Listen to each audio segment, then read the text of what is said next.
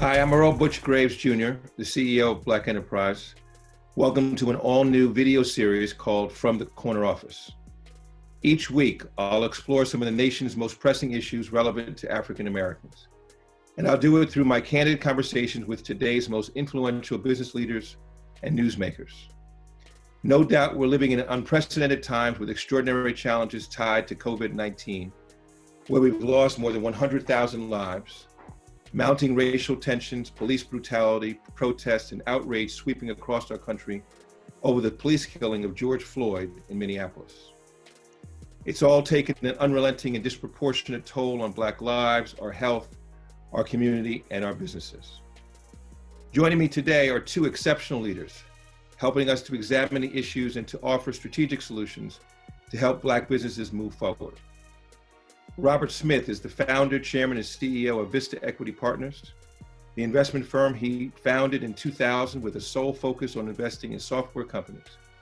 He has since built Vista into one of the top performing private equity firms globally with over 52 billion in cumulative capital commitments, overseeing more than 60 portfolio companies that employ more than 70,000 people worldwide.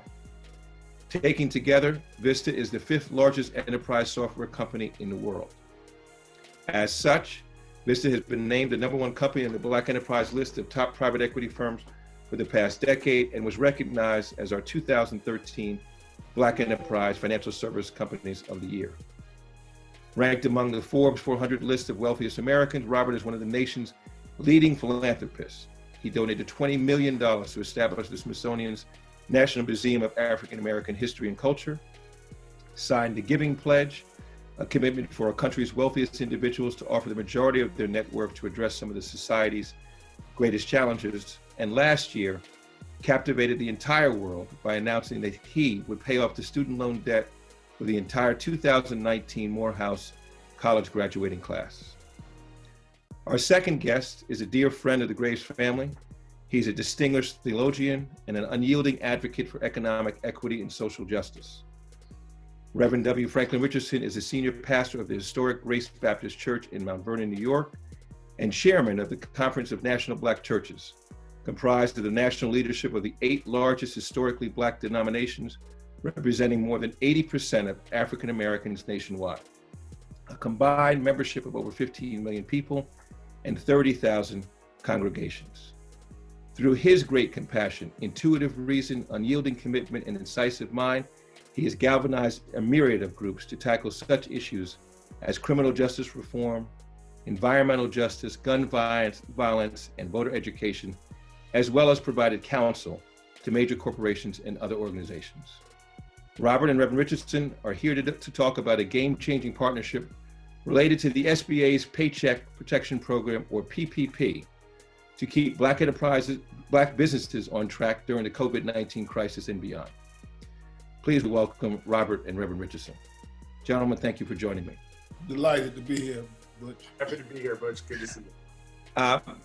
We're going to get started. Before we get started too far along in the conversation regarding the payroll protection plan, I think we would be tone deaf to not somewhat address what is, unfolding as we speak right now regarding what has happened with George Floyd and being effectively murdered by these police officers.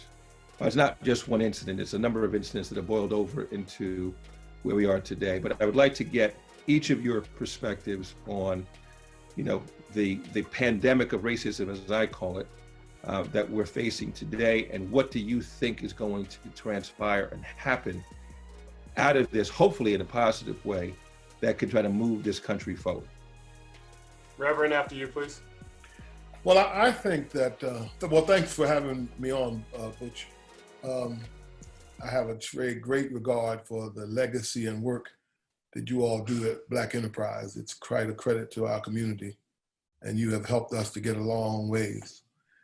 I think there are two things that I'm concerned about. I think that, first of all, this is an opportunity for people who are not Black to speak up. We have unfortunately had such silence in America by white corporate leadership, by white people in other places, that they have been silent when something should have been said long ago about what's happening in the criminal justice system, what's happening in corporate America in terms of the diminishing presence on boards and CEOs. There is a rampant racism available for anyone to see. So I think that this is an opportunity for people who are for justice, who have just kind of been quiet and silent, to speak up. It's also an opportunity for African Americans to be very cautious that we don't participate in our further demise. We first of all, we can't afford to tear the places down that we live in. We cannot afford to execute violence. And we also have to call out those forces that are trying to take our experience and manipulate it into an opportunity to destroy our communities and the places where we got to go shop and the places we got to go survive. So I think that those two things are really critical in the long moment. Certainly in this immediate moment, there's the issues of justice as it relates to the criminal justice system. We certainly have got to answer this. We've got to listen to the young people. Their voices are very important to hear. Yet we've got to be figuring out what kind of action are we going to take as a community to try to get this thing on right. And I think your illustration of metaphor of the pandemic is clearly a powerful illustration of how we ought to approach trying to get out of this. Reverend Richardson, as usual, I think you hit the nail on the head. It's exactly right in terms of what we're facing and how we need to think about a response. You know, as a young man growing up, facing racism day to day, but also embracing a time in America where there was hope and optimism about a turning of the corner of the relationship between African Americans and other Americans.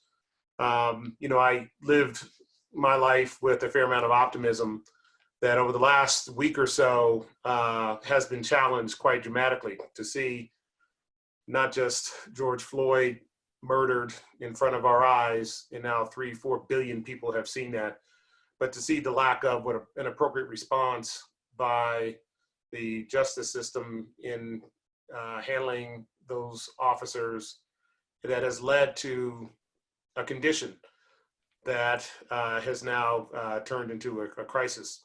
You know, my good friend Angela Rise always has been saying, you know, look, we got a pandemic of COVID on top of a series of epidemics, and one of the epidemics we've been facing is an epidemic of racism. And so now maybe we have two pandemics that we have to deal with. And, you know, the fact is you have 40 million people out of work. You have a number of them who've been in their homes for 2 months, some cases almost 3 months. You have a number of our school children who are hungry.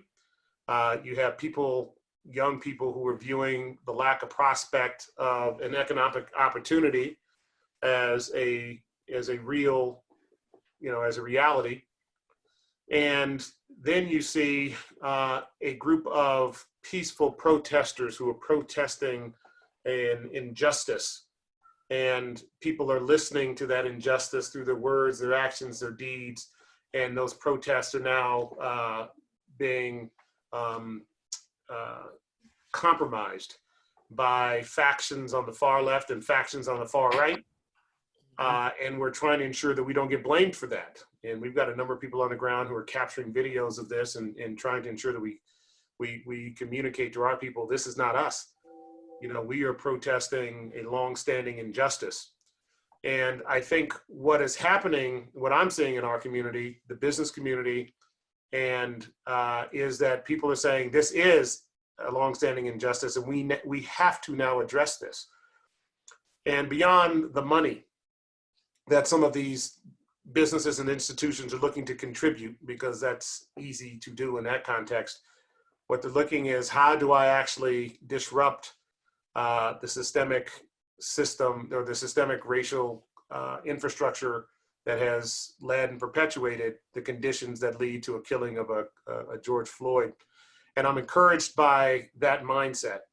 I'm also encouraged by people saying, how do I engage with the community, the African-American community that is grieving?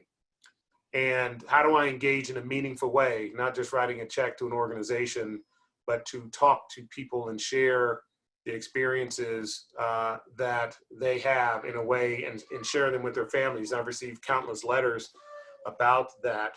And I think that is how you start to change the hearts and minds of Americans who have distanced themselves from people unlike themselves, which has led to a lack of understanding of others.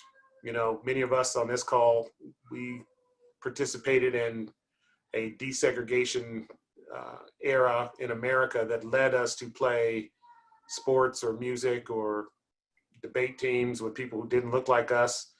And those interactions helped us understand how to be on the same team. And when I look now at some of my kids' classes, I see so much less diversity that they don't know how to play on the same team. Mm. They know how to go to an arena and play against someone as opposed to play with someone. And I think we need to take a real hard look at what our education system does beyond teach the fundamentals of education. It's the fundamentals of being humans and interacting. And I think this is our chance and our time to ensure that we rebuild a better world of America. And we cannot miss this opportunity. Yeah. And I'm encouraged that a lot of youth are seeing that.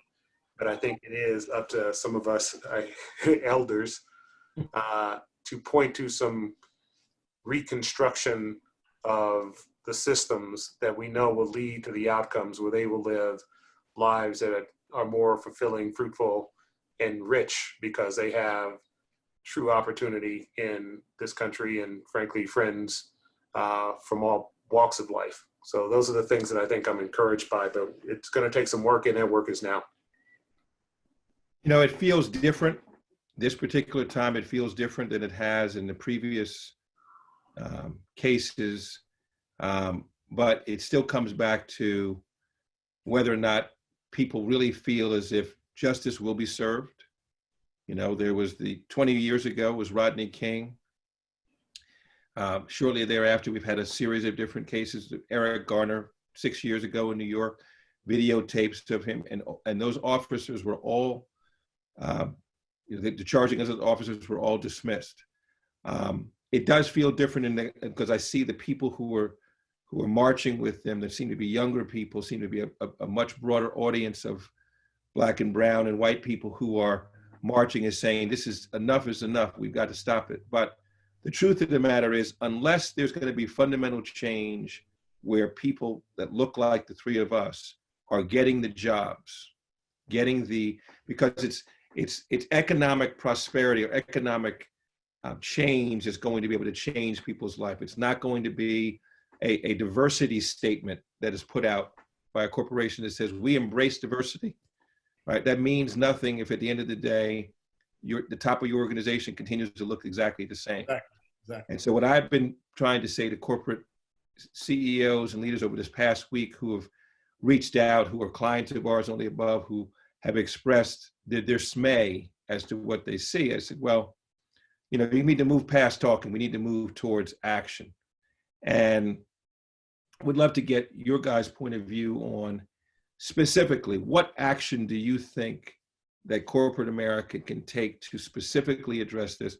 Corporate America mixed with, and not just corporate America revenue, because you advise a number of corporations as well, to put people that look like us in jobs of responsibility so that we can take care of our own and do those things and not be just dependent upon what are handouts. But you will know that we've been involved in this struggle of diversity with African Americans in corporations. And what I have seen in the last 15 years is a moving away from the accomplishments the consciousness that we had built in corporate America has been diminishing for the last 10, 15 years. I think the statistics will bear out that there are less Blacks in CEO positions, there are less Blacks on boards, they're back there from the whole level up, from the lowest job to the C-suites. They have shifted the attitudes of corporations. I'll never forget, and I hate to bring this up, but I'll never forget when we were able to help transform PepsiCo, for instance, and got them on. Your dad was the leader of that, and we got PepsiCo on track. and it started to move in the right direction. So much so that an Indian woman could become CEO. She was elected CEO and met with us. And the first thing that she said, I'm not going to be a poster child for minorities or for diversity. That was her word, for diversity. And that is what she did. And all that work at PepsiCo as did for inclusion went out the door. So I don't know if I think that we cannot just depend on the corporations having the good heart to do the right thing. We've got to somehow organize our economic resources in a way that is threatening to the corporations to not perform according to that. And so I think somehow we got to find a way. How do we insist? Because for a moment they'll come in and they'll give these grants and they'll do this, but they will revert back unless we have the capacity to keep the pressure on. And so I think that's an important piece of this. Yeah, I don't disagree. That one of the pillars should be, holding corporate leaders, boards, accountable for ensuring that there is meaningful developmental opportunities for executives of color and African Americans in particular to advance through the ranks. There is an awareness dynamic, of course, but then there's frankly an action dynamic that we need to insist upon. But one of the things that I focus on is, and Butch, your father, and who was just a brilliant entrepreneur and rest his soul, inspired so many of us without knowing it, probably, and maybe he did, in being an entrepreneur and starting a business for our people that thrived and thrives. And when I think about African Americans, the vast majority of our businesses, sole proprietorships, B, they're businesses that we started to serve our communities. And to me, the right answer is to fulfill the opportunity across the entire spectrum of the smallest of businesses to the largest of corporations of opportunity for us.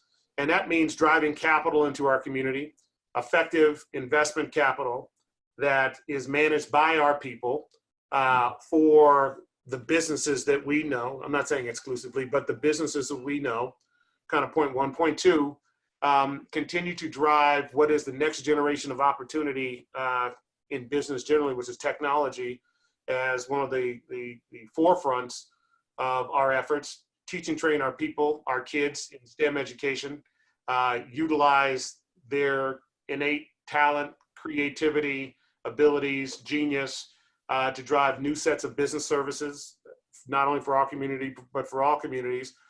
And then ensure that we hold accountable the largest of the public and private companies that if we are going to consume your services or your goods, that we need to see some reflection of that, not just one or two at the board or one or two in senior management, but throughout the organization.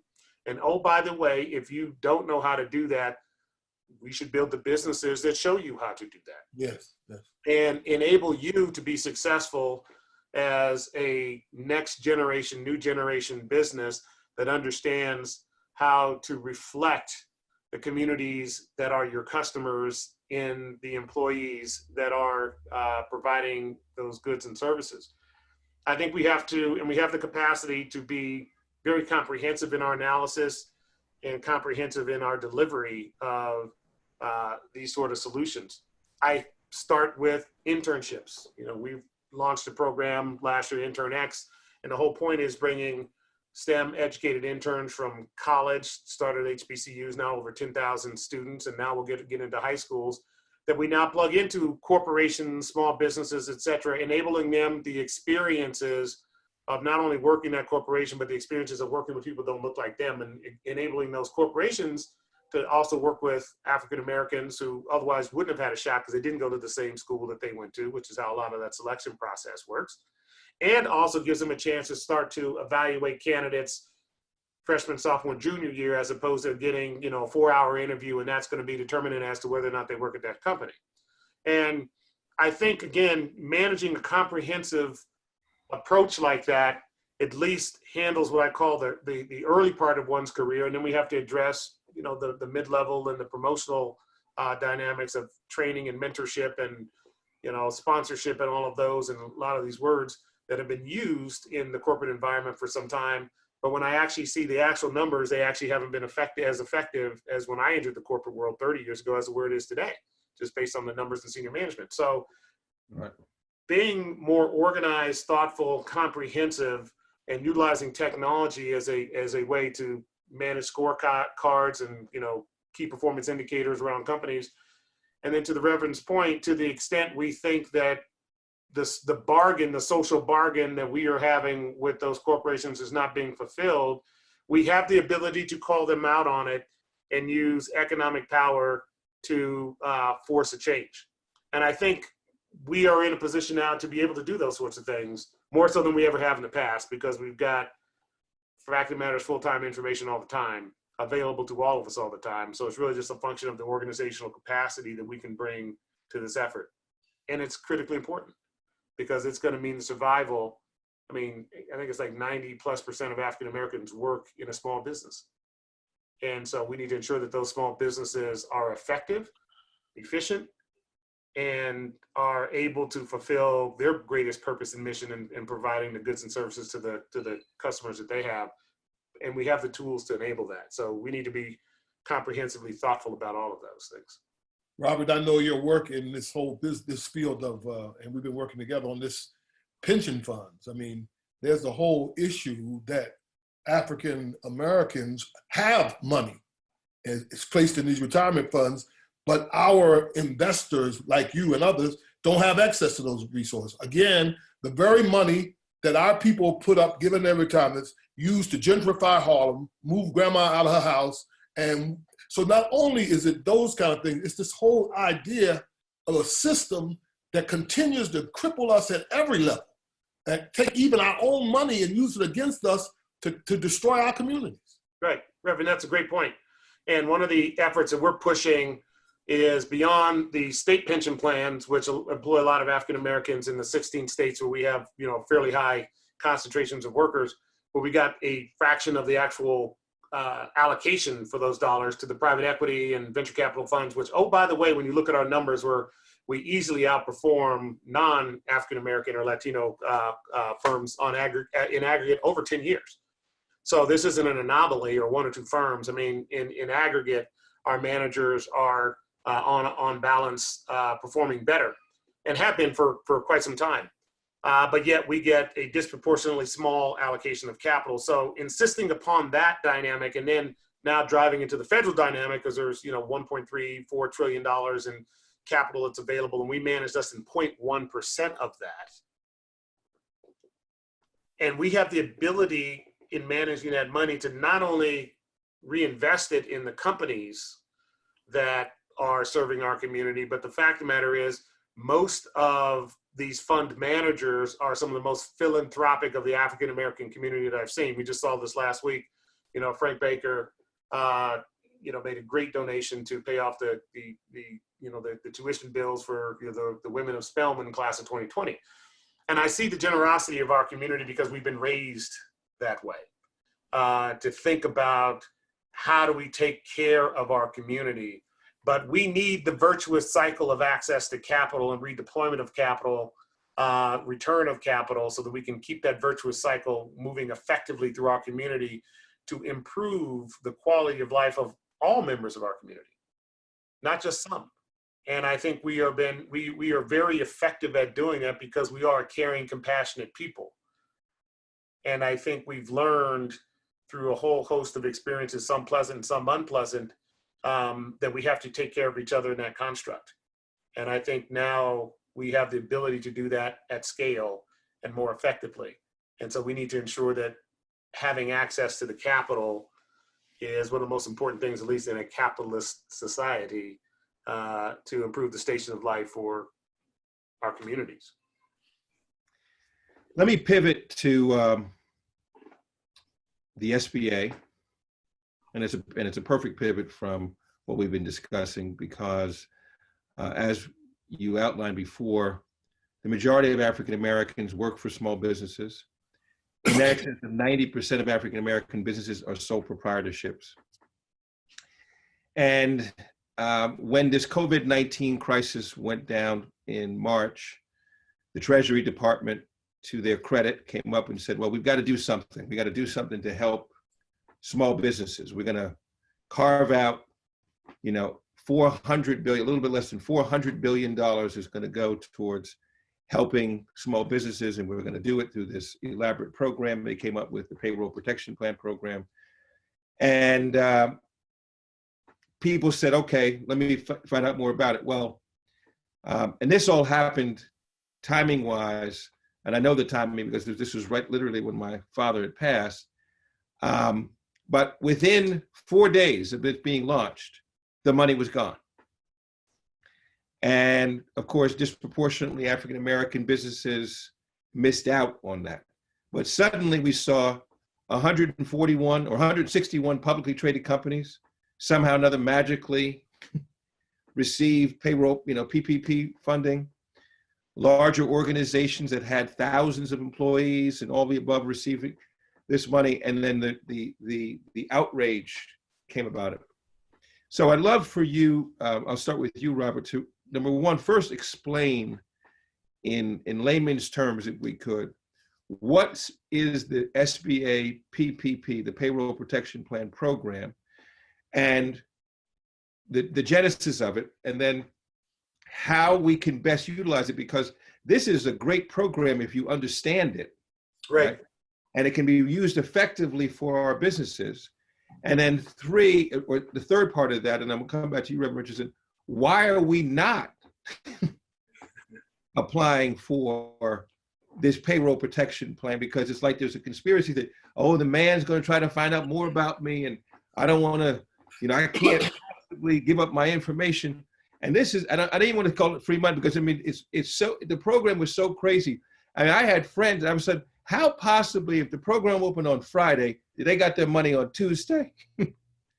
Unless they were involved in the design of the program, right? Because there's no way, it opens on Friday, April 3rd, and on Tuesday the 7th, they already got money. And it was gone Thursday.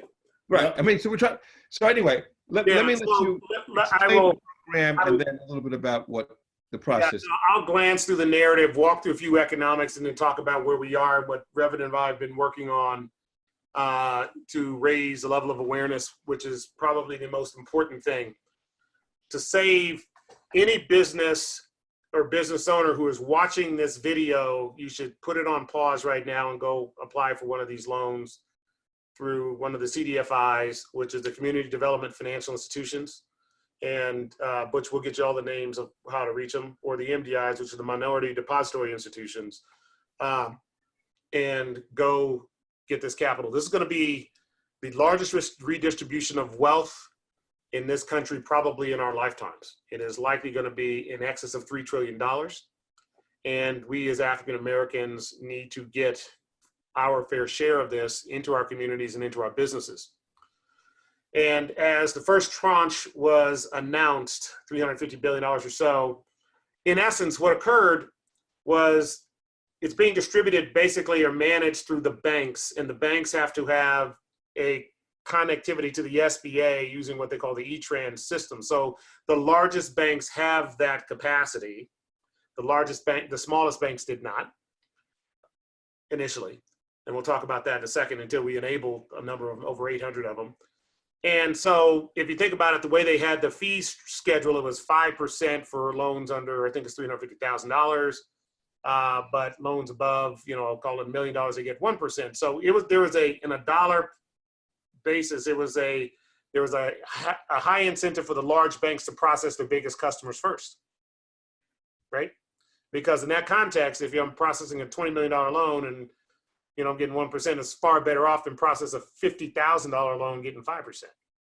So any small business in that first tranche basically got pushed to the end of the line, because the large money center banks said, I'm processing my biggest customers first, and they would find the loopholes. Okay, you got 4,000 employees, but each of them is in a different state because they're in a franchise, so it's under 500 in each state. So here you go, boom, package done. And that created an impression, of course, in our community that there is no money for me or for us or for my business because it ran out so quickly. And then many of our small and medium businesses applied at their branches because they were good depositories with their customers. And of course, the federal government said, you can't take money from more than one place. And our folks said, I'm only going to apply in one place. And then not only did they not receive, but didn't hear back, but they're waiting. They're waiting because they've been through this so many times. If I applied somewhere else, I got kicked out of the program because I applied somewhere else. Whereas, non-African-American businesses didn't necessarily, abide by those same constraints. I know that for a fact because there are a number of them that I know that applied for multiple. But once you got your number, once you applied with this SBA, then you could not receive any more money. But people were going through multiple channels.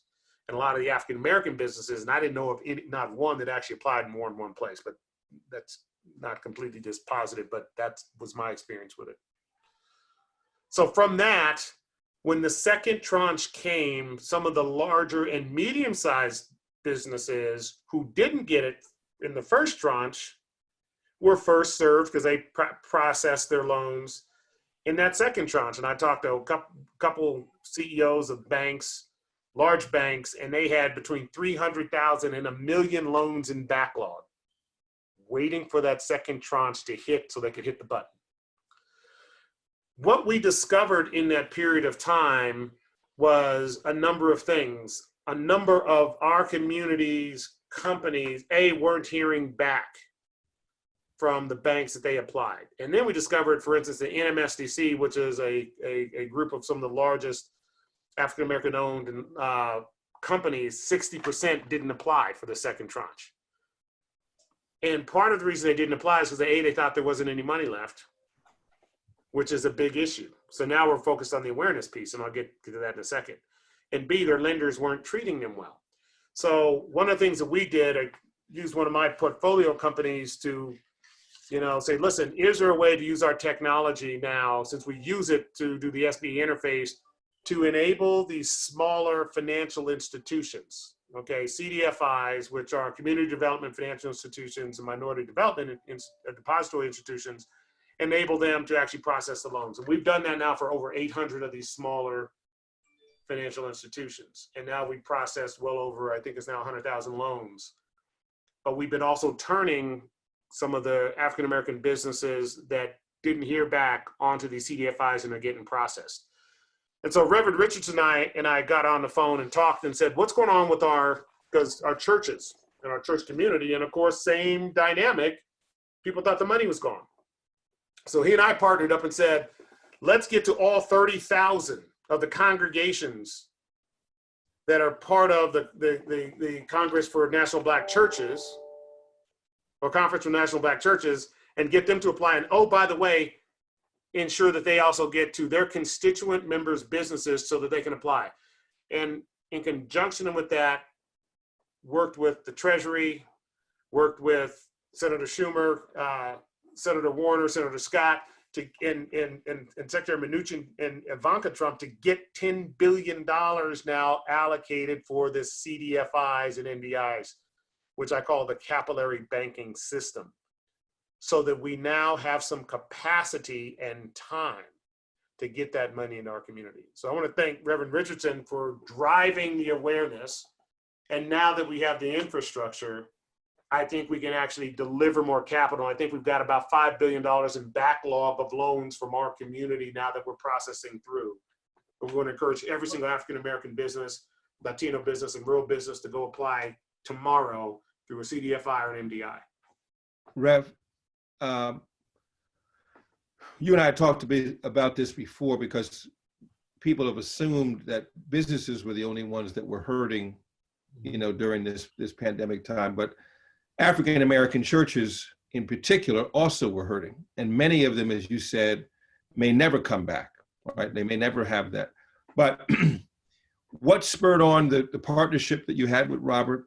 Do you all have a sense of, the government's put out what's the average size PPP loan, right? Which seems small comparatively, but probably can be very helpful, because there was conflicting information originally. Oh, you can use this for any number of different things. You can pay rent, and you can do this, and you can do that. when in fact it was really not originally meant to be that. And they, my understanding is they're making some amendments to that. But what do you see is happening now, Reverend Richardson, with the churches? Are the churches getting these loans? Are they moving themselves forward? Are they progressing? Because quite honestly, a lot of it also has to do with technology. And do you have the infrastructure? Because if you don't have a payroll system in place, it's very hard to be able to prove to government that you, in fact, if you've not been filing your tax forms correctly and all the above. So there are some infrastructure issues as well. But what's happening in our institutions, that these 30,000 congregations across the country, and are we in shape to be able to save many of them? Much of the congregations, a large segment, won't qualify because of the way they handled their responsibility. All right, many of them are 1099 businesses.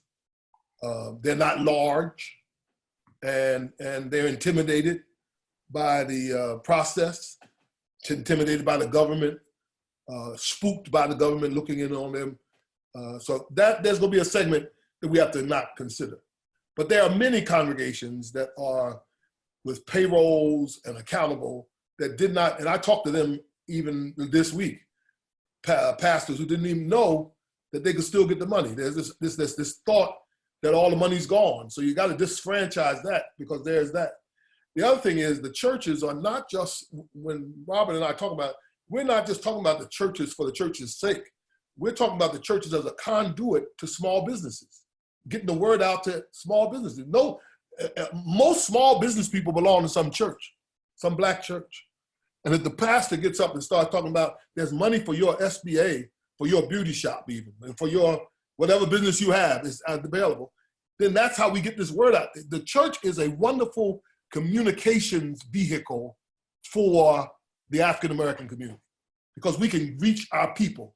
There may be 30,000 people, but granularly, there are multiple millions of people that come to churches on Sunday, and they come every week. So it's a tremendous vehicle for communicating a larger message. Maybe many churches won't get it, but many churches are getting the money. And when we started out, they first came out saying that the churches had to be 501c3s. Well, that kind of put a block. I went and talked to Sharpton and Schumer and we said, you can't eliminate all the churches at only 501c3s, because you also have always given churches grandfather clause, where a church doesn't have to be a 501c3 to get exemption. So we met with the Internal Revenue and they agreed. And so now any church that can show that they are a religious organization and have some presence, they can get the money. So it's not no 501c3, they get the 501c3 benefit just because they've been a church. But there are churches that don't have payrolls, that don't operate payrolls, they operate on 1099s, and those will be excluded. But I believe the greatest vehicle in touching the churches is communicating to the broad community that this is available. How do we get this $10 billion into our community? And how do we get the word out that it's there for you to get? This question is to either one of you, but I think it's further enhanced by what has most recently happened and the tragedy of George Floyd, and now some of these businesses actually burning down, right? If in fact they are to receive the PPP funding, and I don't know that these amendments, Robert, have already gone through, but there was the talk of, the original part was if you got it, you had 8 weeks, and you had to spend that money in 8 weeks on payroll. And if you did not, right, 75% on payroll. 75%, right. 75% of it had to be spent on payroll. And if you didn't do those 8 weeks, well, if you're a Black-owned restaurant and you're in New York City and you cannot open your doors during that time frame, how are you going to spend 75% of your PPP loan, whatever the size is, on payroll, right? When you can't even open the door. Right. There's different things. One of the things we've been offering with one of my companies is, with any restaurant, we're giving this software free, I think, to the end of the year, but whatever. But it is online ordering, and so you're actually able to create takeout and curbside pickup. And some of our businesses, customers are actually doing 100% of their revenue with about 30% of their costs now because of their takeout business. But part of that's awareness and and this gets to your point earlier, Butch, about the importance of utilizing technology in your business. Sure, if you are running tabletop restaurant, no technology, it is hard for you to do that unless you run a very robust takeout and delivery program. But those takeout and curbside delivery programs, eliminating the third-party delivery programs that take basically 30% of your profits, we found that to be an effective way in the world of COVID for these businesses to stay viable. But unless, we get the awareness out, and this is one of the things that Reverend Richardson and I have been focused on, and Reverend Al Sharpton and I is how do we make sure we've got PSAs going out and have had them going out for weeks now to let our African-American owned restaurants know that these sort of technologies are available. And oh, by the way, with most of them, we can have them up and running in an hour. We can get your menu up and running in an hour, and it manages the delivery, or not the pickup times and curbside times and all that sort of thing. We have to embrace technology as a solution for a lot of these issues in COVID, kind of point one, and engaging our community into the next generation of how to operate businesses. And to me, look, there's always going to be constructs and rules, and Treasury came out with guidance. Okay, if you received a loan over $2 million or below 2 million, then quote unquote less scrutiny in that sort of construct. But I look at it and saying, look, you got to follow the rules and do things the right way. But I would love to see in this next week 200,000 African American businesses get $10,000. That's $2 billion into our community. Okay. And if you break that down, that's one person with 4 full-time employees. That's a barbershop. But those are the dynamics that if we do right, it pushes $2 billion into our community in a way at a time when our community needs it.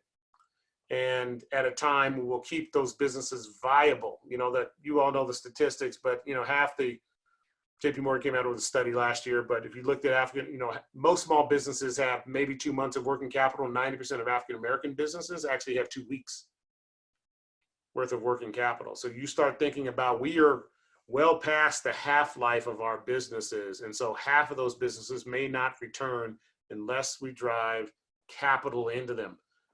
The good news is beyond PPP, we now have built an infrastructure in these capillary banking systems to deliver tranches of capital into them. And so now we're working with the administration, working with our Senator Schumer, Senator Warner, Senator Scott, Harrison, Booker, and others in the House to try to say, what's the next tranche and how do we drive it for, I call it regenerative. We got reparative, restorative, and regenerative capital into our businesses.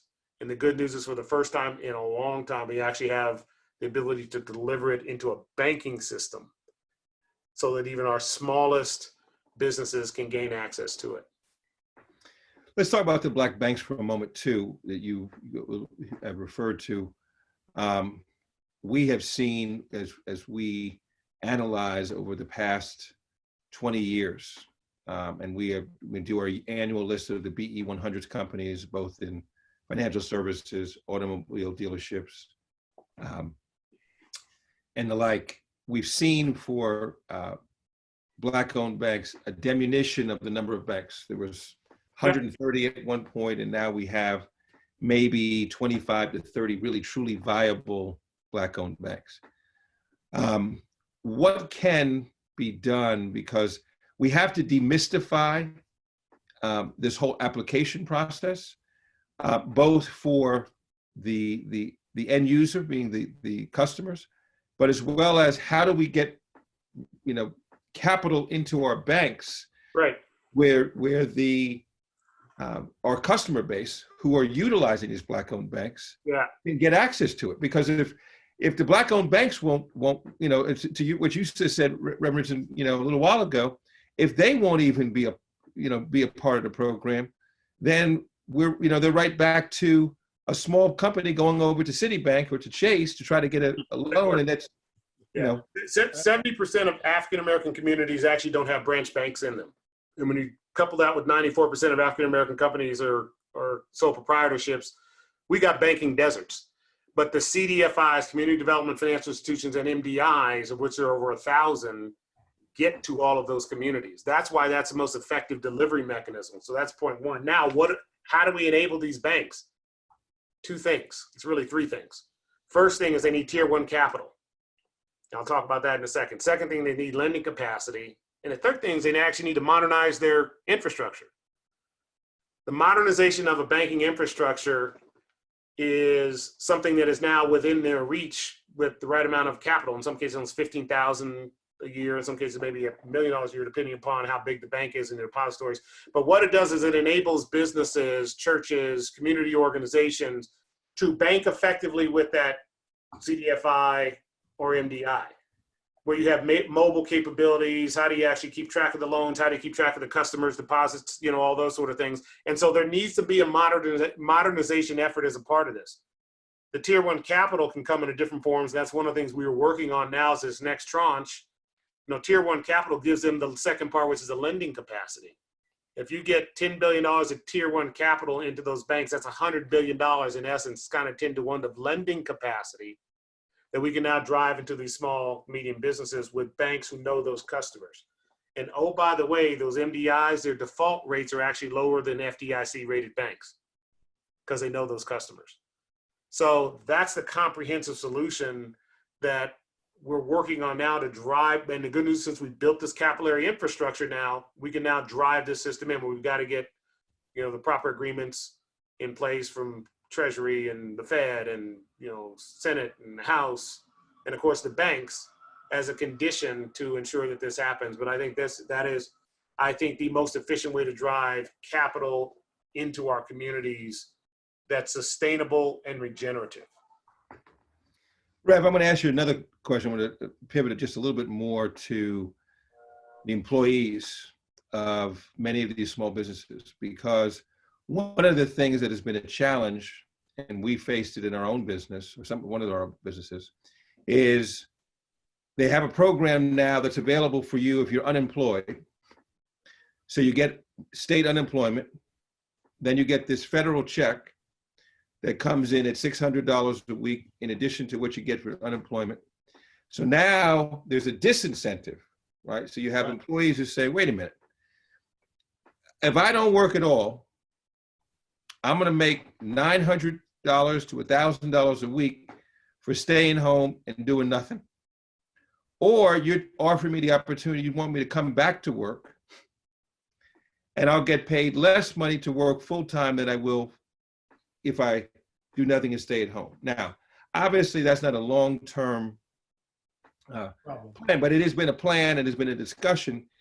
Would love to get your, because I'm sure many of the people who are your congregants and people you speak to all the time, and young people, have this sense that this is my way of gaming the system. Let me do this and not work. I've actually had people who ask me, can you lay me off?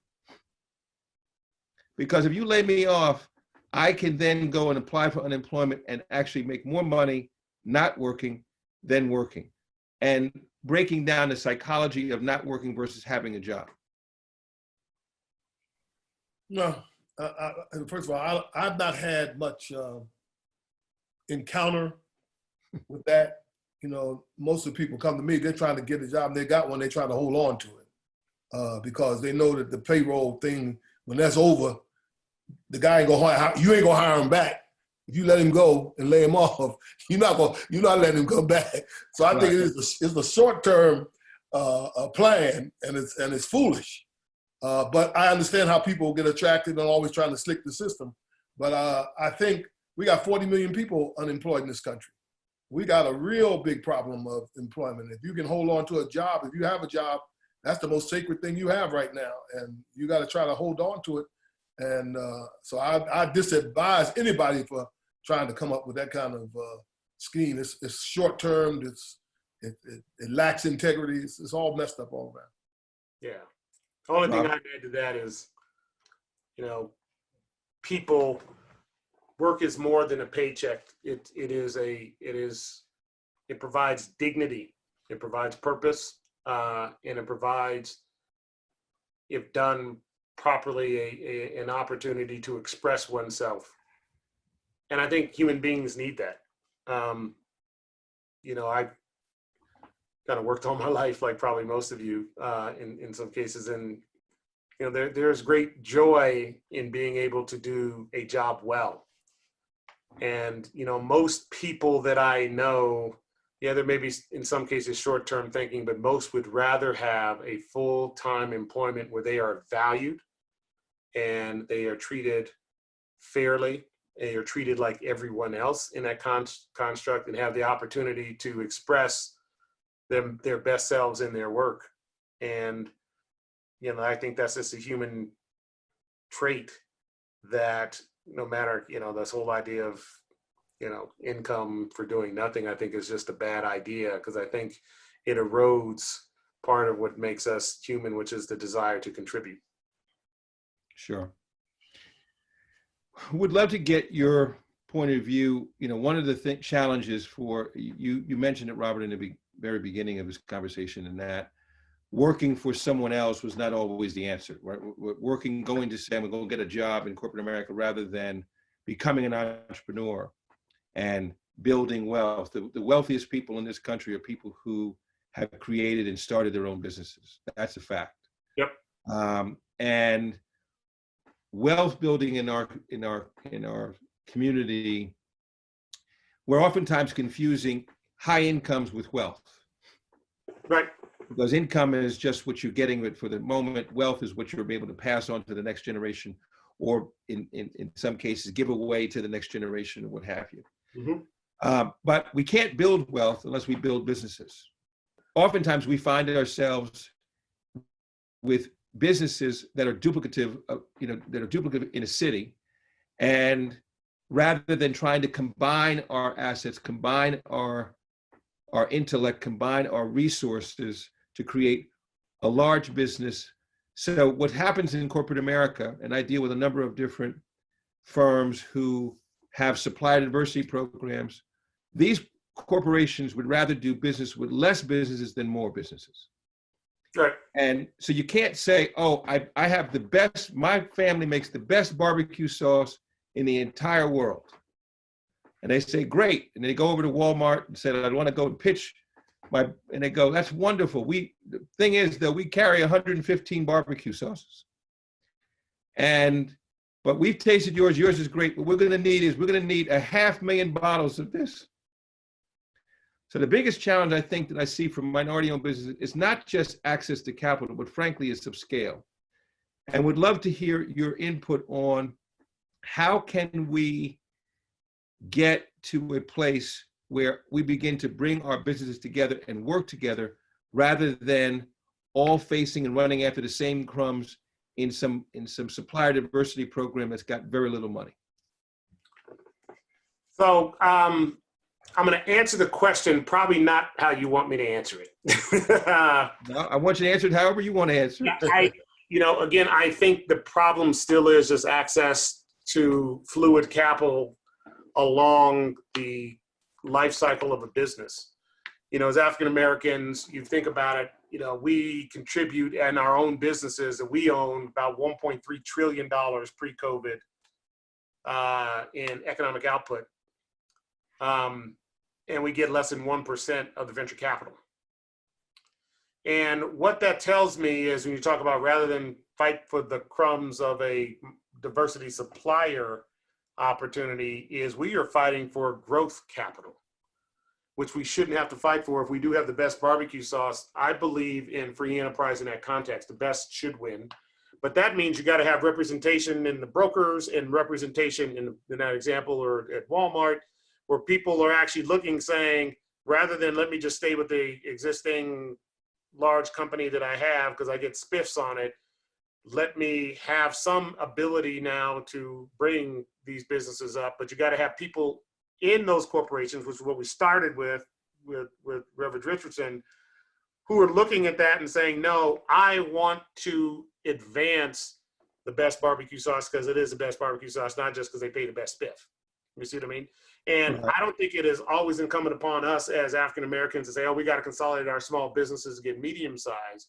I think it's incumbent upon us to ensure we have access to capital so that small business can grow and say, you know what, you don't want to sell it on your stores. I'm going to sell it online and market there where it's more profitable for me. You see what I mean? And I hate to sound like a hammer and everything's a nail, meaning technology, but those are the dynamics I think that actually contribute to a more efficient free enterprise system in America.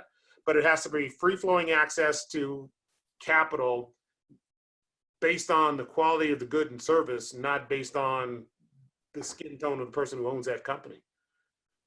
So that's why I think if we solve the capital problem, these other problems will go away. If we solve the capital problem, but our capital access problem is so severe that it inhibits our ability to do a lot. Right. Well, and you touched on this before, but it's also the willingness to embrace technology and utilize it to be able to compete. You know, I'll use our own example, but our business was impacted dramatically by the COVID-19 because now we can't host physical events or had to postpone them through 2020 and going into 2021. But what comes out of tragedy sometimes is triumph. And so we had to shift dramatically to focusing on how to do a virtual event and how to increase and improve what we do in the digital space. And our business has grown dramatically there, but we were almost kind of forced into that, if you will. And sometimes there's an unwillingness on our business's point of view to invest. And I know obviously, Robert, you're very big into technology, but our businesses, our churches, frankly, Reverend Richardson, need to invest in technology and utilize it to enhance their business rather than looking at it like it's a cost that they're never going to be able to get any return on. That's a struggle. Yeah, let me give you just a fact, which I think is important for the whole audience to really understand. Now, we sell software in 175 countries. We've got 225 million users of our software globally. And I think the numbers are 2.1 million customers, et cetera. The average product that we sell to our customer, this is all software, is a 650% ROI, return on investment for the customer. So if you aren't embracing software to run your business, and your competitor is, it's just a matter of time before they drive you out of business because they're going to have that much more efficiency in everything that they do. And, every industry has been disrupted by software, has been disrupted by technology.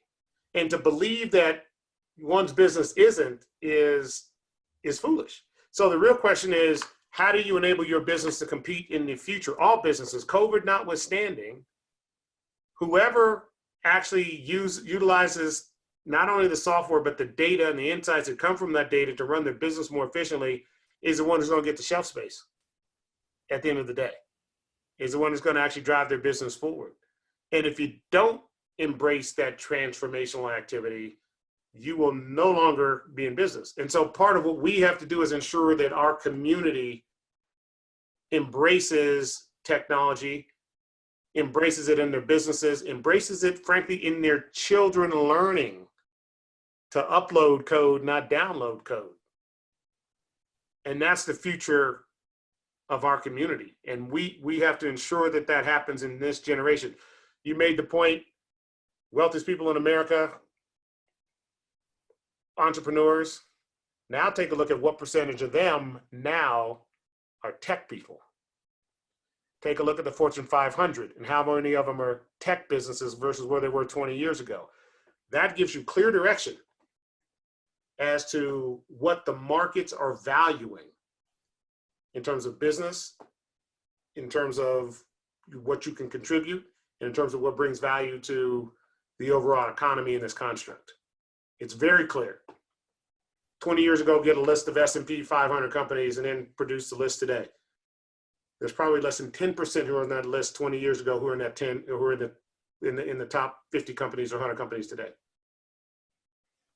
Yeah. Rev, Mm-hmm. your thoughts? Well, virtual, this COVID has really, empty churches. And what I found myself, I inherited the old model of a church, come to church, come to a building, activity. COVID put me in a place where I had to create a new church. And we are building now a virtual church.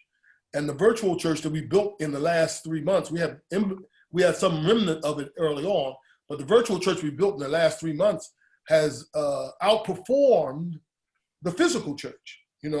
I saw at Grace on Sunday mornings, 2,500 people in 3 services. I'm reaching 10,000 people a week now in virtual. I have virtual services every day of the week. I mean, something's going on. We have Bible study. We have 2 or 3 Bible studies. We have youth church. We have children's church. All of these things are going on online. And then I am meeting with the leadership more intensely than I did before, because it's not physical meetings. I'm meeting with the leadership of the church once a week and other components other weeks. And so we're touching people more than we ever touched people. We're connecting to them. They were in the pews before. Now we are in touch with them. We got data that lets us know who's sick, when they're sick, where they're sick, how long they've been sick, who else.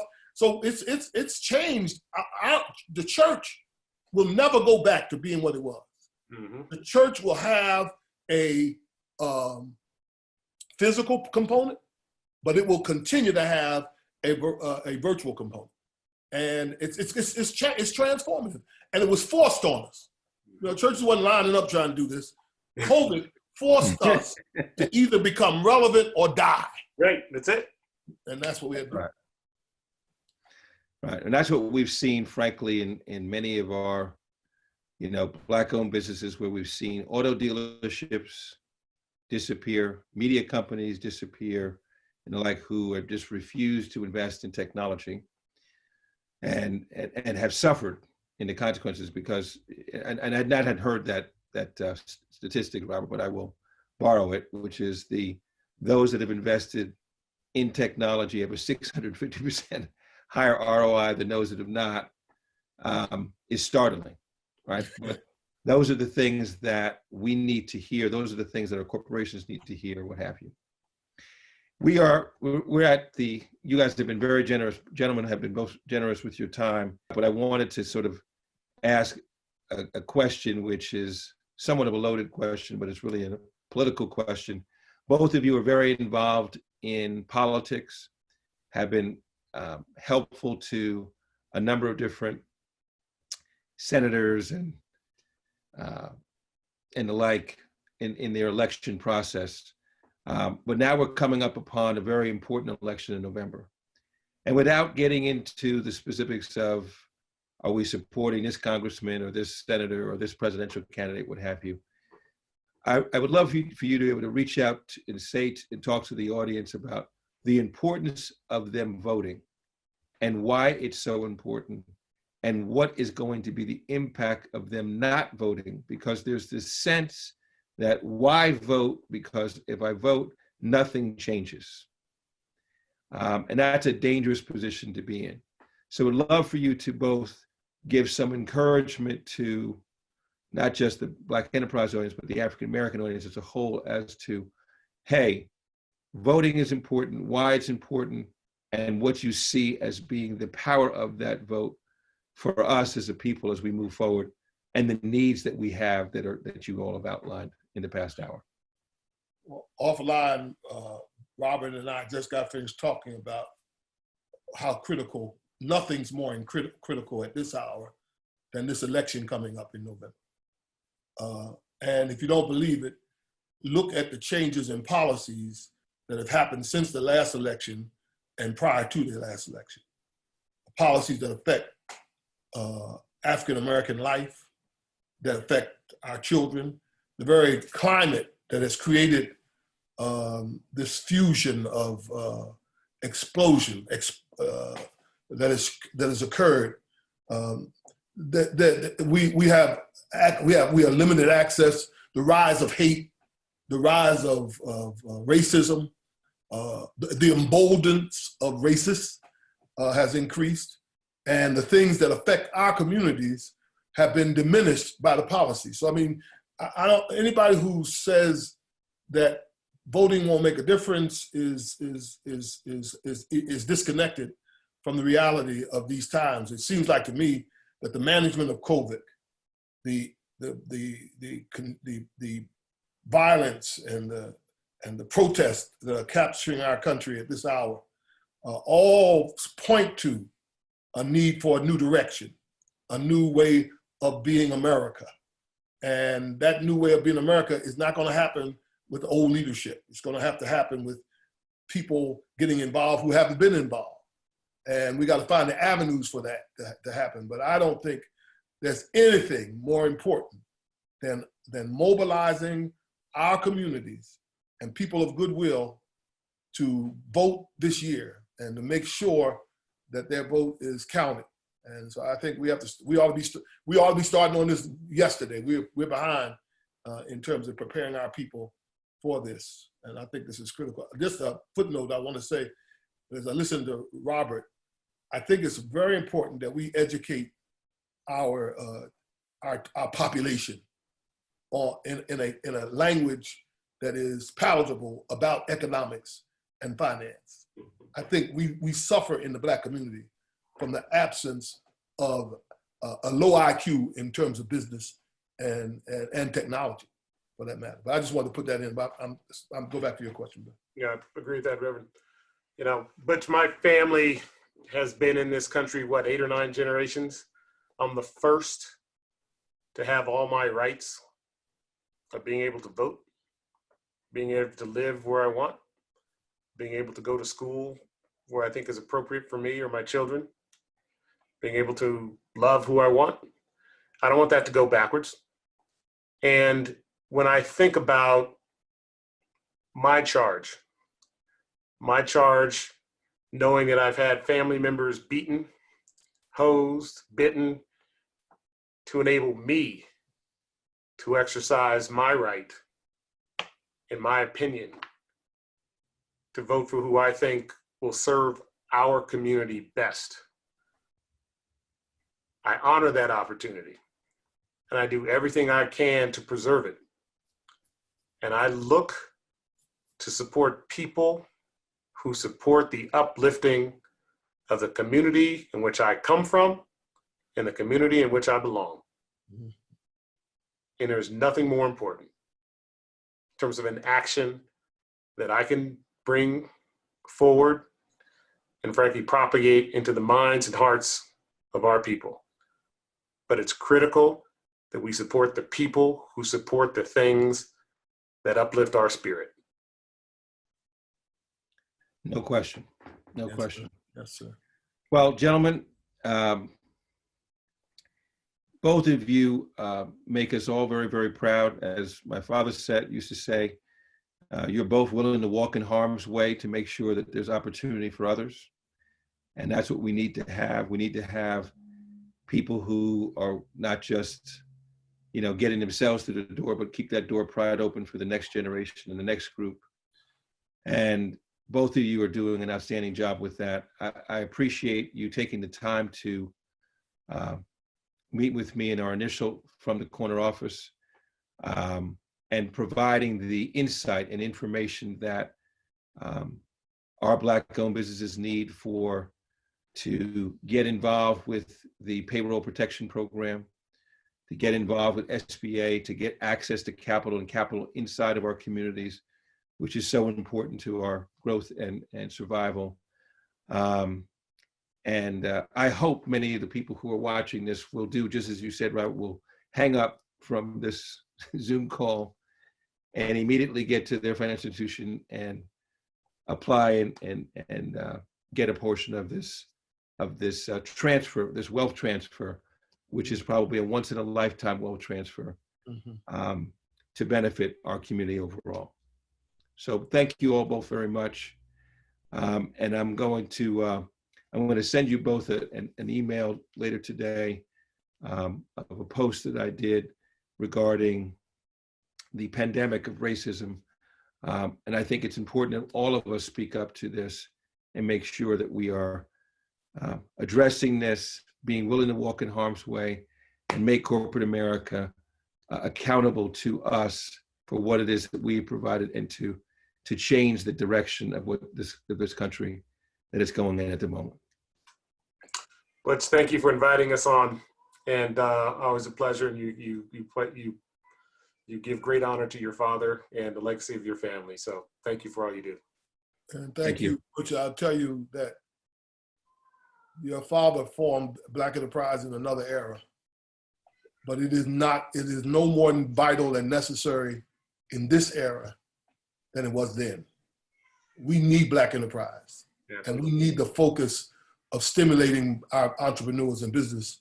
And you have that legacy, and Black Enterprise is very important to the future of African-American people in this country. And I wish you well. Thank you.